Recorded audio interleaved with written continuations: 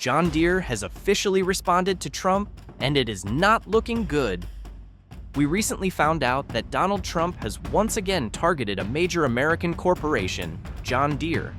Trump vowed to impose a 200% tariff on John Deere's imports if the company proceeds with plans to relocate some of its manufacturing operations to Mexico. I know a lot about John Deere. I love the company. But as you know, they've announced they're going to move a lot of their manufacturing business to Mexico. I'm just notifying John Deere right now. If you do that, we're putting a 200% tariff on everything that you want to sell into the United States, Trump declared. This bold move has reignited debates over American manufacturing, trade policies, and the future of domestic jobs.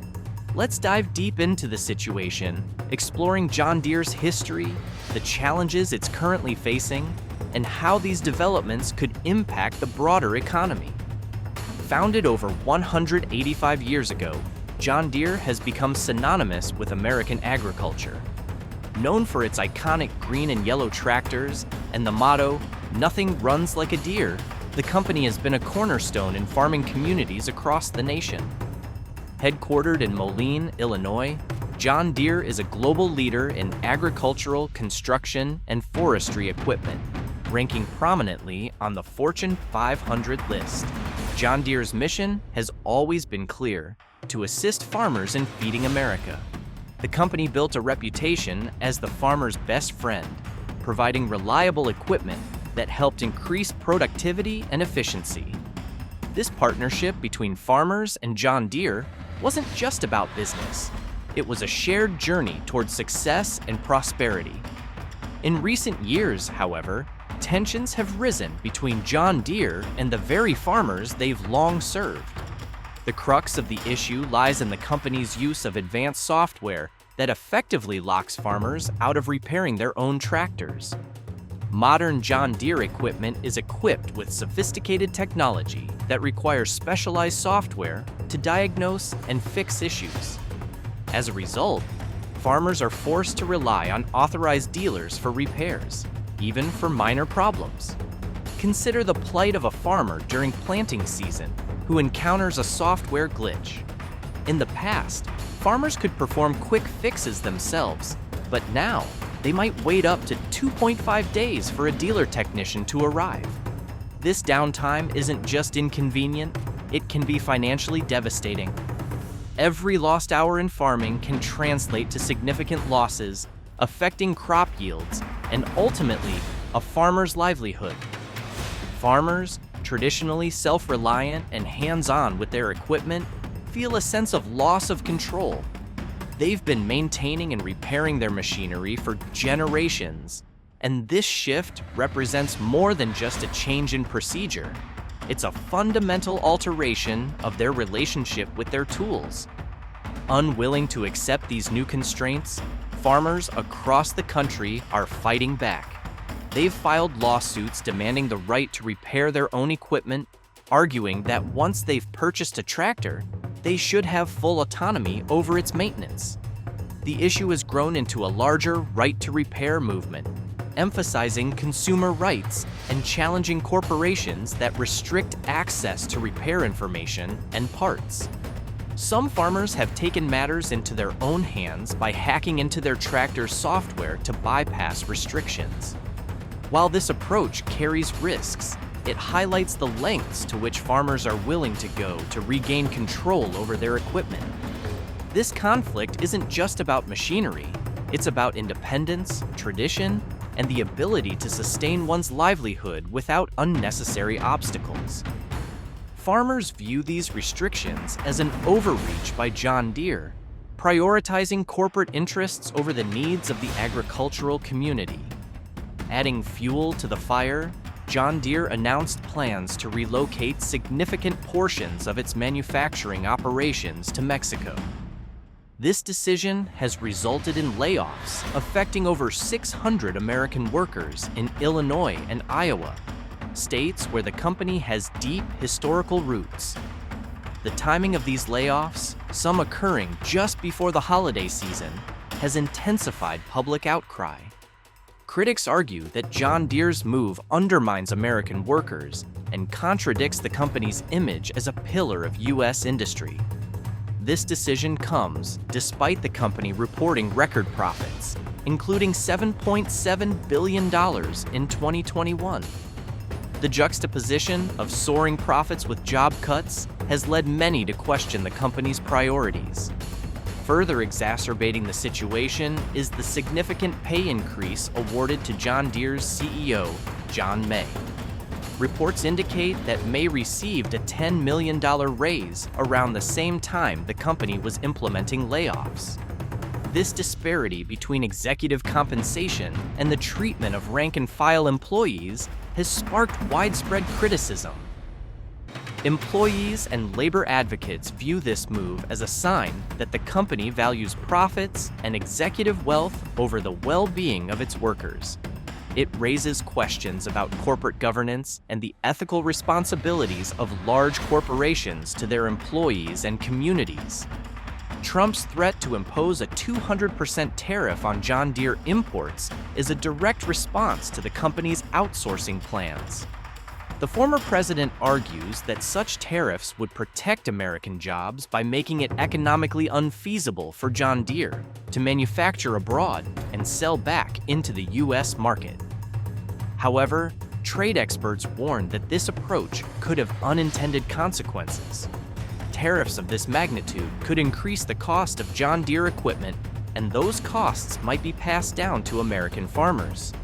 Higher equipment prices could strain farmers' already tight budgets, potentially leading them to seek cheaper alternatives or delay necessary equipment upgrades. Moreover, such tariffs could ignite trade disputes with other countries, leading to retaliatory measures that might harm other sectors of the U.S. economy. International trade relationships are complex, and aggressive tariff policies can disrupt supply chains and global market dynamics. The issues with John Deere are emblematic of broader trends in technology and consumer rights. The right to repair movement extends beyond agriculture, touching industries like electronics, automotive, and consumer appliances. Companies increasingly use software locks, proprietary parts, and restrictive policies to control how products are repaired and maintained. This trend raises important questions about ownership and consumer autonomy. When individuals purchase a product, to what extent should they have the right to modify, repair, or customize it? Advocates argue that restricting these rights stifles innovation, creates waste, and burdens consumers with unnecessary costs. Legislation is being considered in various states and at the federal level to address these concerns. The outcome of the disputes involving John Deere could set significant precedents for other industries and shape future laws governing consumer rights and corporate practices. The combination of restrictive repair policies and potential increased costs due to tariffs places farmers in a difficult position. Agriculture is a vital part of the U.S. economy, with crops like corn and soybeans generating billions of dollars annually. Farmers operate on thin margins, and additional costs or operational delays can have cascading effects. When farmers struggle, the repercussions extend to the entire food supply chain. Consumers may face higher food prices, and rural economies that depend on agriculture can suffer. It's not just an issue for those directly involved in farming, it's a matter that can affect everyone who relies on the products of their labor. John Deere has also faced legal challenges unrelated to the right to repair issue. In a recent settlement with the U.S. Securities and Exchange Commission, the company agreed to pay $9.9 million to resolve allegations related to violations of the Foreign Corrupt Practices Act. The SEC alleged that a subsidiary of John Deere had engaged in improper payments to foreign officials to secure business in Asia. While the company neither admitted nor denied the allegations in the settlement, the incident has prompted calls for greater accountability and transparency. It underscores the importance of ethical practices in maintaining public trust and the potential risks companies face when they fall short.